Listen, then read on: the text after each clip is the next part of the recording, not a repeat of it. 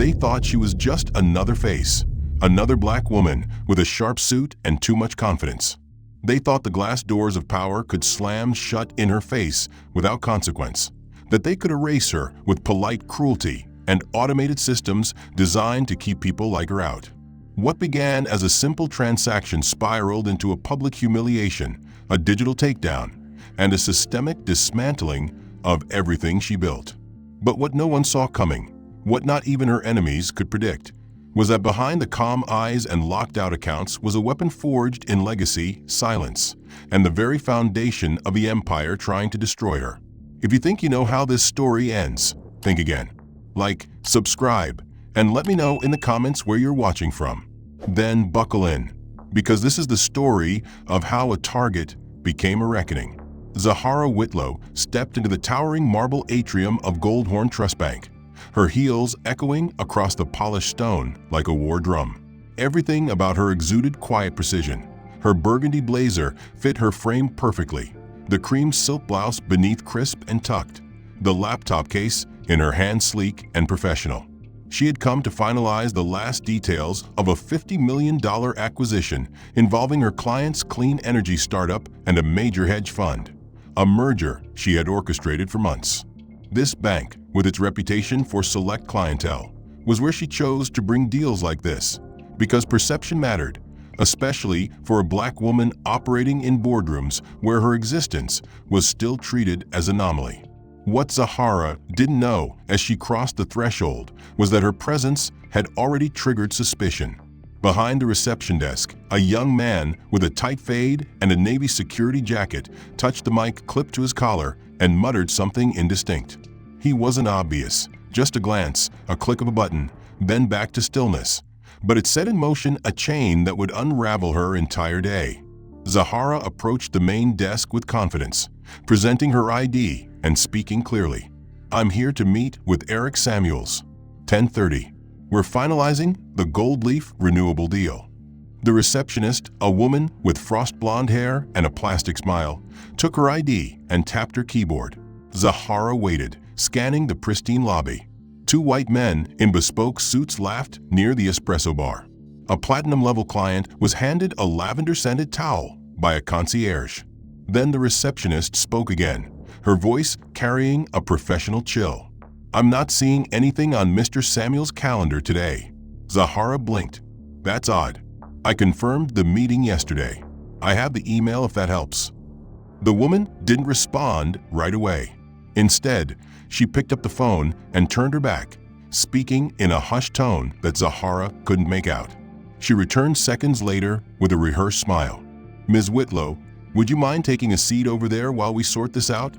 Zahara nodded, concealing the flicker of irritation in her chest. She took a seat near the large front window, her phone already out, pulling up the email from Eric confirming the 10:30 meeting. 20 minutes passed. No update. The receptionist glanced at her once, then quickly looked away. The same two men from earlier had been called up by name and guided into private conference rooms. Zahara stood again and returned to the desk. "Is there a delay with Mr. Samuels? I've been waiting almost half an hour." The receptionist's smile vanished. "Security will assist you shortly, Ms. Whitlow." Zahara's brow furrowed. "Assist me with what? Please remain seated." "No, I'd like an explanation." That was when the security guard who'd radioed earlier approached her from behind. "Ma'am, I'm going to have to ask you to step outside." Zahara turned, stunned. "Excuse me. There's a temporary hold on your account. You'll need to leave the premises while it's reviewed." "Reviewed for what?" she asked, voice now strained with disbelief. "I'm here for a scheduled meeting, and I have a verified business account. We've flagged irregularities in the system. Until that's cleared, we can't allow you inside." The phrasing was too clean, too rehearsed. Zahara's heartbeat quickened, but she kept her voice steady. "I'm calling my contact now." She tapped Eric's number. Voicemail. "You're making a mistake," she said. "I'm a client here. A long-standing one." The security guard didn't budge. "Ma'am, outside." Behind her, a couple watching from the lounge began whispering. A man holding a briefcase muttered something that sounded like probably fraud. Zahara felt the weight of every eye in the lobby shift toward her. Her skin felt suddenly too tight. She was being humiliated, and no one was lifting a finger to stop it. "This is completely uncalled for," she said, standing her ground. The receptionist looked past her, already focused on the next client. "Please don't make a scene," the guard added, lowering his voice. The calm menace in his tone wasn't lost on her. The building that once welcomed her as a respected client had turned into a fortress that spat her out without explanation. She couldn't make sense of it. She hadn't done anything wrong, hadn't missed a payment, hadn't violated any policy. Her business portfolio with Gold Horn was in perfect standing. She checked her email again, locating the message from Eric Samuels, her point of contact at the bank, confirming their 10:30 meeting. She forwarded it to the bank's customer relations inbox with a brief but measured message, then walked to the corner of the building and called Eric's direct number. It rang twice before going to voicemail. She tried again. Nothing. Her gut twisted. This wasn't a simple banking error. Something intentional was happening. Determined to clear her name, Zahara squared her shoulders and walked back through the main doors. Inside, the temperature shift did little to thaw the cold not forming in her chest. The same security guard who had removed her earlier narrowed his eyes as she approached, but didn't say anything. She headed straight to the front desk again, where the receptionist looked up, clearly surprised. "I'm not leaving," Zahara said calmly. "There's a mistake here. I have proof of my appointment and identity." The receptionist's lips tightened as she took the printed ID Zahara offered, her passport and business credit card, both bearing her full name, Zahara L. Whitlow. The woman scanned them without a word, then made a quick call. Moments later, a tall man in a charcoal suit appeared behind the desk. His badge read Vince Halpern, branch manager. His expression was stiff, impersonal. "Ms. Whitlow," he said with an air of formality, "we've received your complaint. Unfortunately, our internal systems flagged your account for review.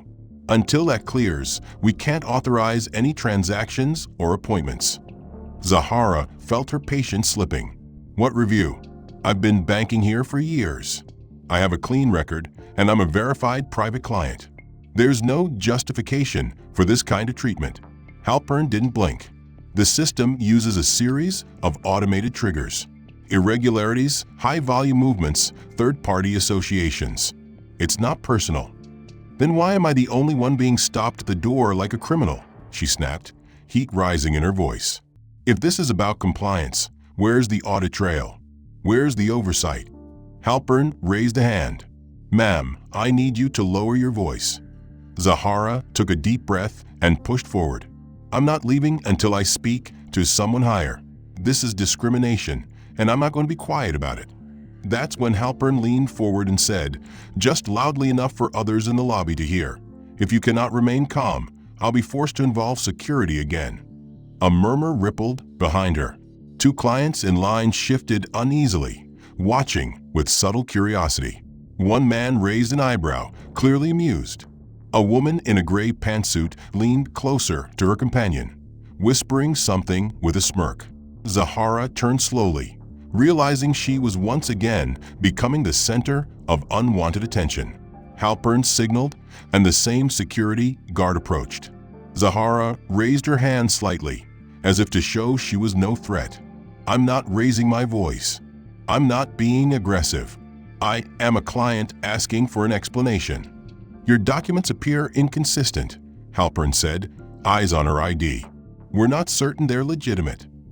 That accusation, blunt and deliberate, hit her like a slap. "You think I forged a passport?" "We're just following protocol," he said coolly. "Security will escort you to a private room while we verify." "Absolutely not," Zahara said, stepping back. "I want this handled now and in public." "Ms. Whitlow," Halpern replied, glancing at the guard, "either you cooperate or we will call the authorities." The threat was obvious. Behind her, the lobby grew quieter. The receptionist was watching. The older gentleman, now at the counter, was staring at her like she was dangerous. The security guard reached for her elbow, and Zahara instinctively recoiled. "Don't touch me," she said, her voice breaking just slightly. The guard froze, his hand hovering inches away. Halpern raised an eyebrow as if to say, "See? Unstable." She could feel the narrative forming in their eyes. The angry black woman, the erratic client, the fraud risk. None of it true, but all of it powerful. A lie repeated in the right space was as dangerous as any truth. The last time she was here, they'd addressed her as Ms. Whitlow, offered her bottled water, praised her financial foresight, and asked for referrals. Now, those same faces treated her like a trespasser with a forged identity. She clutched her phone, desperately tapping through her contacts. Voicemail after voicemail.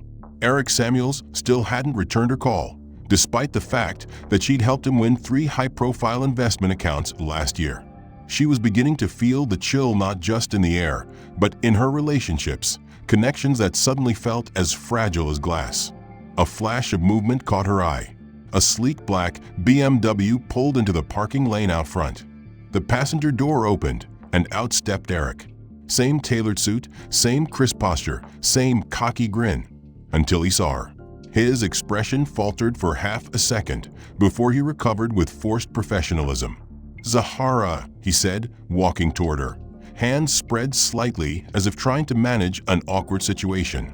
"I just got back. What's going on?" She stared at him, jaw clenched. "I was removed. They froze my accounts. Your receptionist said I wasn't even on your calendar." Eric blinked, glancing toward the glass doors. "That can't be right." He pulled out his phone, tapped rapidly, checked his screen.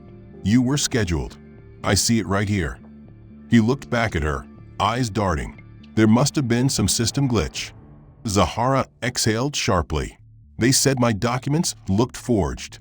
Vince Halpern called security. Again. "They said my account triggered a fraud alert." Eric shifted uncomfortably, clearly unsure of what to say. He adjusted his collar and offered a weak shrug.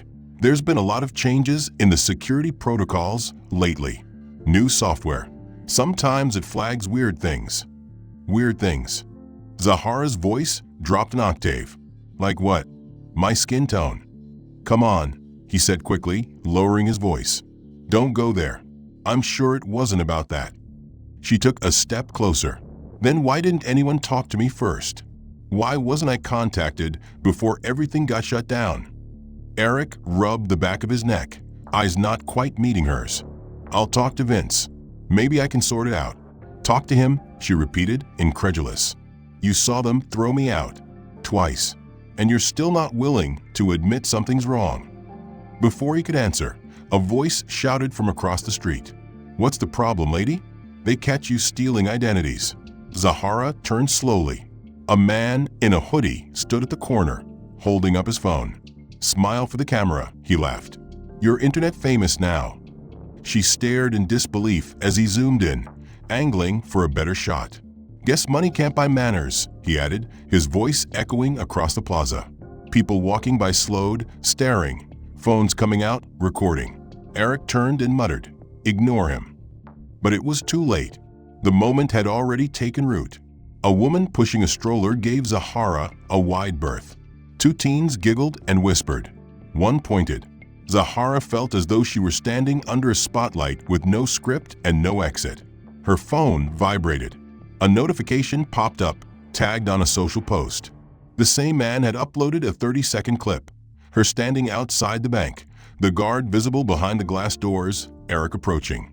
The caption read, "Entitled lady loses it when denied entry to VIP bank lounge." Comments were already rolling in. "Another trust fund meltdown? If you can't afford the bank, don't show up. Bet you forged those docs too." Eric's phone buzzed as well. He looked at the screen, frowning. "It's spreading fast," he muttered. "You should probably go home, lay low for a while. I'll clean this up." Zahara couldn't believe what she was hearing. "Lay low," she said, voice shaking. "You think I'm the one who needs to hide?" "It's a PR mess," Eric said. "Let the system cool off. I'll see what I can do internally." Zahara's jaw tightened. "No, I'm not going anywhere. And you're complicit. You could have stepped in. You could have told them who I was the moment you saw me here." "Zahara," he said, tone almost pleading, "don't blow this out of proportion. I'm trying to help." She didn't respond. Instead, she turned away from him, chest burning with shame and betrayal.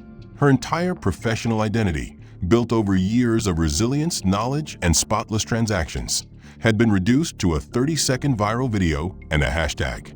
As she navigated her firm's secure banking dashboard, she realized every operational account, her company's payroll reserve, vendor disbursement fund, even the escrow for pending acquisitions, was locked. Her first instinct was to believe it was a mistake, some technical spillover from the personal freeze at Goldhorn. But after 45 minutes on hold with her corporate banker and a second call to their risk department, the word "suspicious pattern of behavior" echoed in her ears like a warning bell. "What behavior?" she demanded, her voice shaking. "We've never missed a payment, never bounced a transaction. There's nothing irregular." The voice on the other end stayed cold, measured. "Ma'am, unfortunately, we can't discuss the source of the alert due to the confidentiality of the flag. It was escalated to our compliance unit by a partner institution."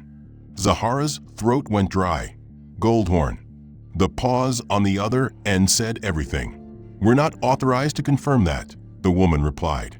"Until the investigation is complete, your firm's accounts will remain inaccessible." Zahara's fingers clenched into fists. She had 2 days until payroll. Over 300 employees, analysts, interns, project managers, and admin staff would go unpaid. She tried transferring funds manually from a personal savings account at a separate institution, only to see the transaction blocked. Her name was on every alert, every trigger. Somewhere, someone had keyed her into a blacklist. She sat back in her chair, mind racing. Contracts would be breached. Vendors would walk. Clients would panic. Her consulting empire, built carefully over 9 years, could collapse in a matter of days if this didn't get resolved. She grabbed her cell and called her firm's controller, Isaac Bell, who answered on the second ring. Isaac checked the merchant interface. "Are you seeing what I'm seeing?" He went silent for a moment. Then came the sound of rapid typing. "Jesus Zahara, everything's restricted. I can't access the reserve float or the client disbursement queue." "Any notices?" she asked. "Anything official?" "Just a pop-up saying request denied. Account under review by external compliance authority. This is big. You want me to call legal?" "Not yet," she said, jaw set. "First I want to know who leaked the flag." An hour later, the answer came through her assistant, Monica, whose voice trembled through the phone. "We've got a problem," she said. "Big client just pulled." "Who?" Zahara asked sharply. "Gideon Reeves." The name hit her like a punch to the chest. Gideon was one of her largest private clients, a hedge fund titan known for caution and ruthlessness in equal measure. Did he say why? His office said they were advised she may be under federal review for wire fraud and compliance violations. They didn't say by who, just that it came from a confidential advisory memo. Zahara stood in her kitchen, phone to her ear, trying to breathe. "That's a lie. There is no federal investigation. I've never even been audited." "I know that," Monica said, "but they won't wait around to check. They already requested account closure and records transfer. Legal's going to have to let them go." Zahara leaned against the counter, her body suddenly heavy. A confidential flag, a fake memo, and now her name, her brand, was being poisoned by whispers from shadows. The message was clear. Someone didn't want her in the game anymore. She'd been marked, isolated, and now dismantled financially. She returned to her laptop, fingers flying across keys, digging into everything, searching for patterns, names, anything that connected the bank, the client losses, and the source of the smear. And though she couldn't see the full web yet, the pressure around her was tightening by the hour. But Zahara knew this wasn't temporary. It was orchestrated. And the source, the infection point, sat at the heart of Goldhorn's glass tower downtown.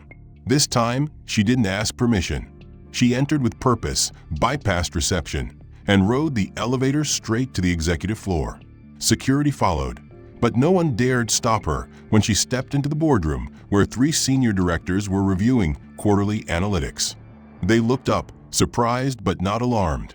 One of them, a man in his early 60s with white temples and a lazy smirk, stood and said, "Ms. Whitlow, we didn't expect you today." Zahara didn't flinch. "You flagged my firm as a risk entity. I want to know why." The man gave a dismissive chuckle and gestured toward a chair. "Let's not be dramatic. Please sit." She remained standing. "You shut down all my accounts, fabricated a federal investigation, and cost me one of my biggest clients. I am not going to sit until someone gives me a real answer." The room was quiet for a moment. Another executive, a woman with icy eyes and a crisp navy suit, opened a tablet. "Your accounts triggered anomalies during a routine cross-check. Our system red flagged high-dollar transfers involving third-party partnerships in unverified sectors." Zahara raised an eyebrow. "Renewable energy is not unverified. Neither are my investors. Every transaction was cleared internally, and you know it." The first man stepped forward, hands in his pockets. "Ms. Whitlow, it's nothing personal. Your name simply appeared in our risk matrix. The system isn't perfect. Sometimes it catches people it shouldn't. Sometimes it catches black women it shouldn't," she shot back. The man smiled coolly. "That's an interesting interpretation." "Is it?" she replied, her voice rising slightly. "Because the only anomaly here is your choice to treat me like a criminal while your other clients walk free after laundering millions in offshore accounts." The woman across the table tapped the tablet with a nail. "We're following protocol, and if you'd like us to review your case, we ask that you remain calm and cooperate with the process." Zahara's hands trembled, and she folded them together tightly. "Don't tell me to remain calm when my company is being destroyed by something you know isn't a mistake. This wasn't an algorithm. This was a decision, a very calculated one." The man moved to pour himself a glass of water. "We'll have compliance look into it. In the meantime, I recommend limiting public commentary. The video from the other day is already casting shadows." Zahara's eyes narrowed. "That video was edited and posted without my consent. You want me to remain calm while you destroy my name and hide behind automation." "Again," he said without missing a beat, "nothing personal." "You keep saying that," Zahara replied, stepping closer. "But everything about this is personal. You flagged me. You lied to my clients. You froze my assets. You manipulated perception until people started questioning whether I deserved the success I built with my own hands." The man drank his water and set the glass down with a clink. "This isn't about what you deserve. This is about risk management. If your name appears in a flag pattern, we act. That's the policy. Then your policy is broken," Zahara said flatly.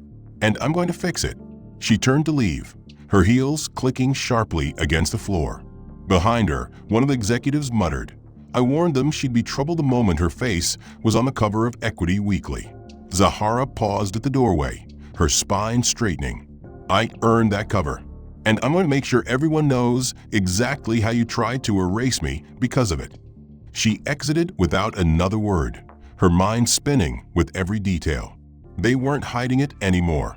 As she scrolled through her messages just past dawn, an email popped up from her legal counsel, flagged urgent. The subject line chilled her, "Immediate action required cease and desist notification." She opened the file to find a formal letter from Sable Ridge Partners, a commercial bank she'd worked with for 2 years. The document accused her firm of operating under fraudulent credentials, referencing severe inconsistencies in transaction origins and suggesting possible violations of interstate financial law. Zahara blinked at the letter, stunned. There had never been inconsistencies. Her firm was audited biannually, her books pristine, her compliance airtight. But this letter mirrored the language used by Goldhorn's executive, almost word for word. "Your institution's name was flagged by a mutual partner institution under red risk classification," the letter read, "and as such, all further interactions must cease pending legal review." She knew what that meant. Goldhorn had started spreading the infection.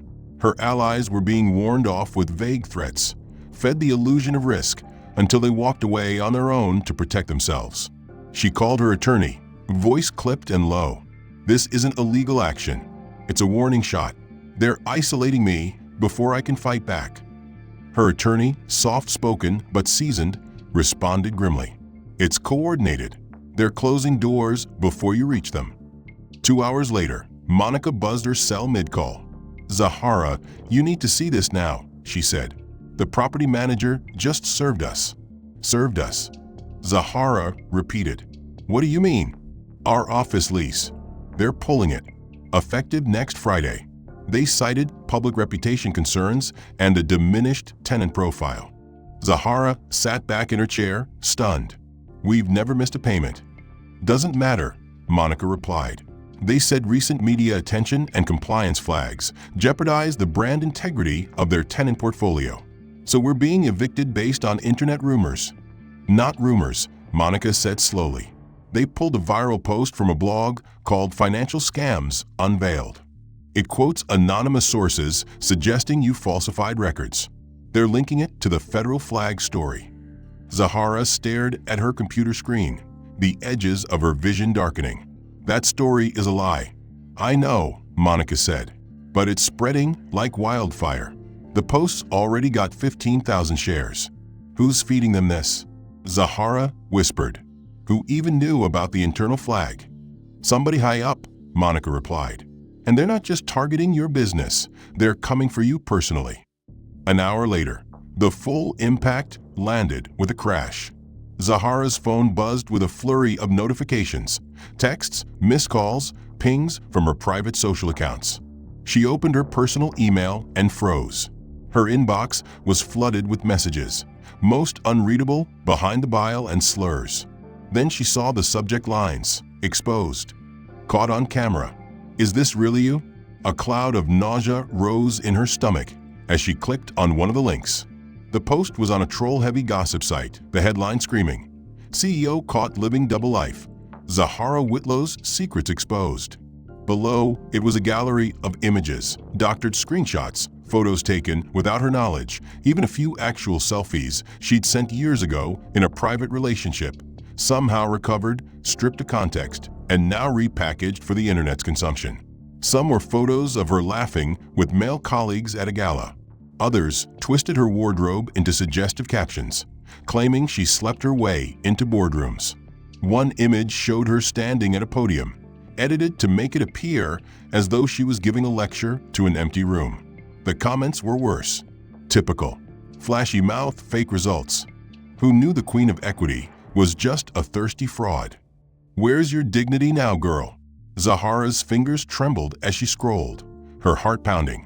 But somewhere beneath the despair and grief, a cold, clear focus had begun to form. She knew now that what she faced wasn't just sabotage. It was a takedown carefully engineered by people with both access and motive. If they wanted her erased, there had to be a reason more dangerous than pride or prejudice. She needed to look deeper, past the chaos, into the quiet corners of the institutions she once trusted. She opened a locked archive folder on her desktop, a digital vault left to her by her late father, Charles Whitlow, a man whose influence in the financial world had always lingered in the shadows. Zahara had never fully grasped the extent of her father's reach, but she remembered the names of his attorneys and advisors, and she remembered the sealed envelope he gave her just before he passed. When the rules stop applying to you, use this, he had said, his voice frail but clear. Inside the file was a contact card, Langston Vale, his estate lawyer. She hadn't spoken to Langston in nearly 5 years, but she called the number anyway. He answered immediately, his voice aged but unmistakably sharp. Zahara Whitlow, he said, I've been waiting for this call. She blinked. You knew I'd call? I hope you wouldn't have to, he replied, serious. But your father prepared for this. He knew legacy power wasn't just about wealth. It was about leverage. Zahara's grip on the phone tightened. Langston, I'm being dismantled. They're killing my firm, my name, my life. I know, he said gently, but they forgot who your father was and what he left you. He guided her through a secured digital ledger containing holdings buried under pseudonyms and layers of legal insulation. 2 shell corporations tucked into a quiet corner of the financial world, both with quiet majority stakes in Goldhorn Trust's shadow holding companies. Zahara's breath caught. Why didn't I know this? Because your father didn't want you to be a puppet, Langston said. But he gave you power, When and if the world tried to silence you. Zahara stared at the screen as the data loaded. Each entity, each share, each document, it all led back to her. Her name, her authority, silent, hidden power. These controlling interests, she said slowly, give me voting privileges. Correct, Langston confirmed. And you can invoke emergency governance procedures as a majority shareholder, including the bylaw clause your father helped write into the charter. Zahara's heart began to pound with something she hadn't felt in days. Hope, sharpened by fury. Can I strip immunity from the board? You can, he said. And if you summon a vote with 36 hours notice, they won't have time to retaliate. Zahara ended the call, adrenaline flooding her system. She spent the next 5 hours drafting a shareholder letter, reviewing legal language, preparing for war. By dawn, she had signatures, proxies, and confirmations from 3 allied investors, silent backers who had once partnered with her father and had watched in silence as she was publicly dragged. They were ready now, ready to watch her rise. She issued the vote notice at 6:15 a.m. precisely. The subject line read, Emergency Assembly, Article 9 Invocation. It summoned the entire board of Goldhorn Trust to an emergency vote, backed by legally binding shareholder rights. She filed the notice with the State Commission and copied every media outlet she could. By noon, financial reporters were whispering about an impending board shakeup. Rumors began circulating that the woman they had mocked all week might, in fact, own more than anyone realized. Zahara watched quietly as the internet began to shift. No apologies yet, but confusion, doubt. People who had ridiculed her were now asking questions. Wait, she owns part of Goldhorn. How did that happen? Was this an inside power play? Zahara didn't post a word. She stayed silent. Let them guess. Let them wonder. She walked back into her downtown co-working space with her head high and printed every document she needed. She wore a tailored black suit, hair pulled back in a sharp twist, and didn't flinch when 3 security guards flanked the entrance. Flanking her on both sides were 2 U.S. Marshals in dark suits and an attorney from the Justice Department carrying a thick leather case that housed a federal subpoena. Behind them, a media liaison quietly whispered updates into a mic as a discreet cameraman recorded from a distance. The bank's receptionist, the same woman who once refused to meet Zahara's eyes, now stood frozen mid-sentence as Zahara's procession approached the front desk. She didn't stop. She didn't smile. She walked with absolute intention to the center of the marble floor and turned to face the room. The justice attorney stepped forward and handed the subpoena to the bank's head of security, who had just emerged from a back hallway, pale and unsure. This is a formal summons from the Eastern District Court, the attorney stated flatly. Goldhorn Trust and its executives are named as defendants in a federal class action suit regarding discriminatory financial profiling, digital redlining, and unlawful asset restriction. Zahara waited 3 beats, just long enough for every employee and client in the lobby to turn toward the disturbance. Then she raised her voice, steady and strong, each syllable cutting clean through the polished air. My name is Zahara Whitlow, and I am here to announce a $2.8 billion lawsuit filed this morning in federal court. The lobby fell into stunned silence. Even the security guard who had once escorted her out now stood motionless, gripping the subpoena like it might explode. This institution, Zahara continued, has weaponized its algorithms to target, restrict, and erase the financial autonomy of minority clients under the false pretense of automated security alerts. It is not a glitch. It is not a clerical error. It is systemic abuse coded into practice, and today it ends. A low murmur rippled through the room. Clients began pulling out their phones, filming, whispering. Some looked shocked. Others looked guilty. A few nodded slowly, as if they'd long suspected the truth but never had proof. Zahara held up a printed chart, a color-coded web of account freezes, discriminatory flagging patterns, and client complaints cross-referenced by race, location, and account volume. This data was collected from internal sources, whistleblowers, and over 300 clients who were either locked out, debanked, or forced to close accounts without cause. Every one of them was a person of color. Every one of them was denied recourse. Until now. The DOJ attorney stepped back to allow her full presence to occupy the space. Zahara locked eyes with a banker who had once laughed as she was escorted outside. He looked away. I was dragged out of this building in front of strangers. I was smeared across the internet. My business was dismantled. My identity was reduced to a risk score. And you thought I would disappear. She paused, letting the silence punctuate her power. You miscalculated. In one swift motion, she pulled a document from her case and placed it on the front desk. This is an official request to enter the boardroom under Article 9 of the shareholder bylaws.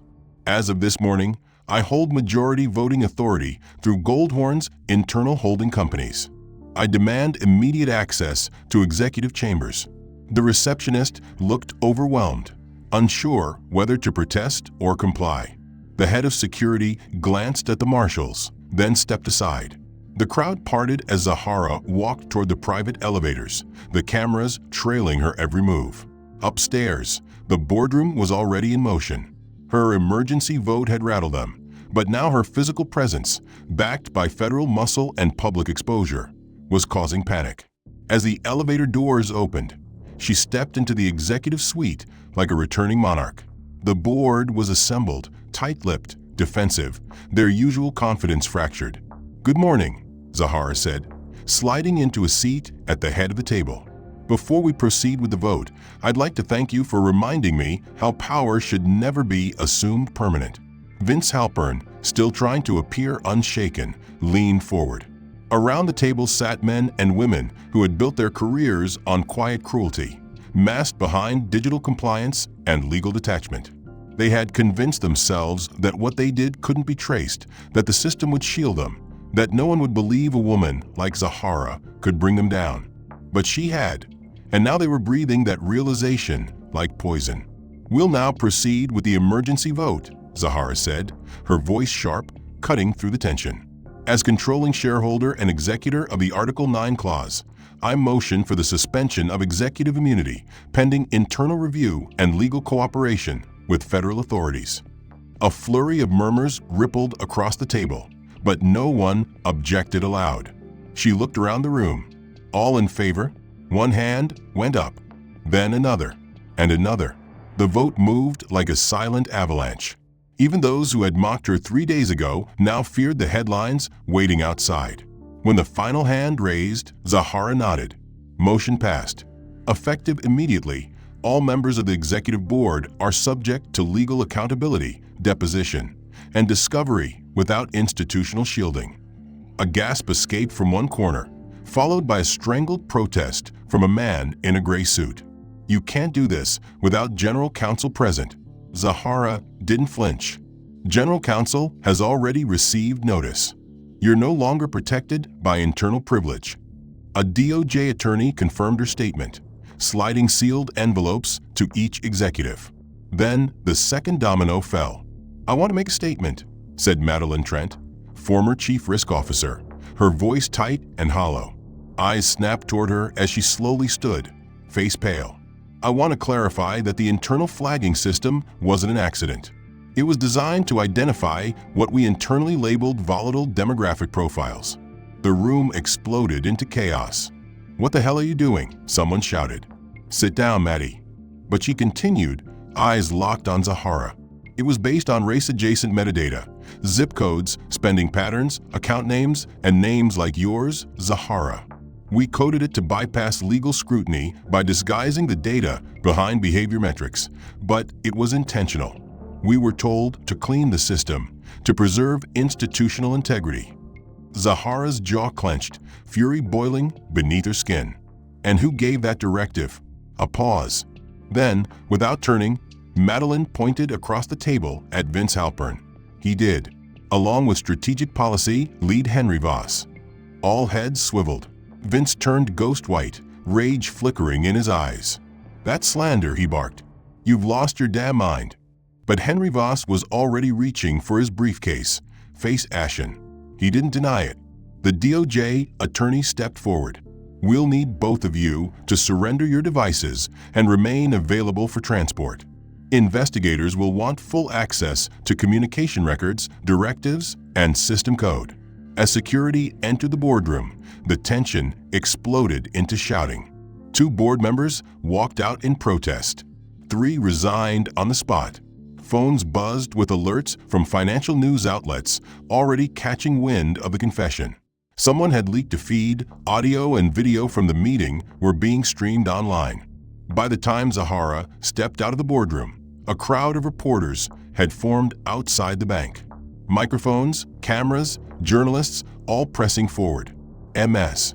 Whitlow, do you have a statement? Is it true the flag system was racially coded? Will there be criminal charges? She paused on the steps, every flashbulb igniting against her black suit. She raised her voice without hesitation. Goldhorn Trust allowed its most vulnerable clients to be profiled, frozen, and humiliated under the false banner of security. Today, the truth came to light. Tomorrow, justice continues. The footage spread like wildfire. By sundown, the CEO of Goldhorn had resigned, citing health reasons. The CFO deleted her social media and issued a private apology that leaked within hours. Vince Halpern and Henry Voss were placed under federal investigation, with subpoenas issued for wire fraud, civil rights violations, and data tampering. Banking boards across the country began holding emergency meetings, scrambling to audit their own systems.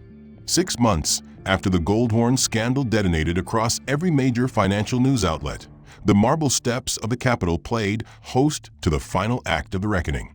Zahara sat in the 3rd row of the Congressional hearing chamber, a dark blazer pressed to her frame, eyes steady as they watched the man who had once orchestrated her erasure take the witness seat beneath the glare of the American flag and a room full of lawmakers. Vince Halpern looked older. The arrogant steel that had once anchored his gaze was now weathered with something else. Exposure, yes, but also remorse. He adjusted the mic, hands trembling slightly as the chairman of the hearing committee leaned forward. "Mr. Halpern," the senator said, his tone clinical, "why did your institution implement a discriminatory flagging system under the guise of security?" Vince inhaled, then exhaled slowly. His voice, when it came, was flat. "Because we thought we were protecting the bank. We told ourselves the risk matrix wasn't personal. We believed algorithms were neutral. That bias didn't apply to code." He paused, and his voice cracked. "But it wasn't true. We designed it to do what we were too afraid to admit, to keep out people we didn't understand, people who made us uncomfortable because they succeeded on terms we didn't control." A hush settled over the room. Zahara leaned forward slightly, feeling the weight of his words press through the cold air. "We rationalized it," Vince continued, "as protecting shareholders from volatility, from lawsuits, from bad press. But what we were really doing was protecting ourselves from facing our own cowardice." His voice faltered. "I saw Zahara Whitlow outside our building, and instead of stepping forward, I stepped back. I let the system carry the blame, but I built the system. I broke it, and I destroyed lives in the process." The senators exchanged glances, some furiously scribbling notes. The room was silent again. Then the chairman asked the final question. "Do you believe redemption is possible for people like you?" Vince looked up, his eyes finding Zahara's in the gallery. "I don't know," he said, "but I'm trying to make myself worthy of asking." The hearing adjourned 20 minutes later. The vote for new financial compliance regulations passed unanimously, introducing the Whitlow Reform Act, new protections against digital redlining and automated bias in banking. It was the first time a black woman's name had ever headlined legislation in financial compliance history. But Zahara didn't linger in the halls of power. She declined every book deal, every speaking tour, every vanity interview. Instead, she turned to work that lasted, partnering with advocacy networks to build a coalition of financial literacy programs, helping communities learn how to navigate the very systems that once excluded them. Her face stopped trending, but her name became embedded in the language of policy and progress. Then, one October afternoon, she walked into a community center on the south side of Baltimore to visit a new nonprofit that had quietly launched under the name Bridge Equity. Inside, volunteers were helping high school students open savings accounts and teaching small business owners how to secure grants. In the back, stacking supply boxes, was Vince Halpern. He looked thinner, quieter, and deeply focused. Zahara stood in the doorway for a moment, watching. He saw her, paused, then wiped his hands and approached without hesitation. "You came," he said softly. "I didn't think you would. I wanted to see it for myself," Zahara replied, her voice even. "I heard you were funding it anonymously, and that you insisted my name be on the door." "It felt right," he said. "You built the fire. I'm just trying to carry a torch without burning anyone." She nodded slowly. "You could have stayed hidden." "I still want to," he said. "But I'm trying to do something that matters, even if it's late." He didn't offer excuses, didn't ask for forgiveness, just stood there, present, accountable. "There are still others like me," he added. "People who think they're helping by excluding, who call it caution when it's really fear." Zahara stepped past him, eyes scanning the walls covered in student projects and future business plans. "Then let's make sure they have no excuse to keep doing it," she said. "Education is power, but accountability is justice." He didn't smile, but something like relief passed through his posture. "You're changing things," he said. "No," Zahara replied. "We're just getting started." As she walked through the room, greeting volunteers, handing out welcome kits, and answering questions, she felt a quiet warmth settle in her chest. Not pride, not revenge, something more enduring. The knowledge that the system had tried to bury her, but she had risen with roots deeper than their hate. And from those roots, something stronger had grown. Justice not just as punishment, but as rebirth. The end. If you're moved by Zahara's powerful story and want to see more high-stakes narratives like this, don't forget to like and subscribe. Your support helps bring these stories to life. What did you think of the plot twists? Did any moment hit you harder than the rest? And where are you tuning in from? Drop your city or country in the comments. I'd love to know where our readers are. Let's talk about what justice, redemption, and power really mean to you.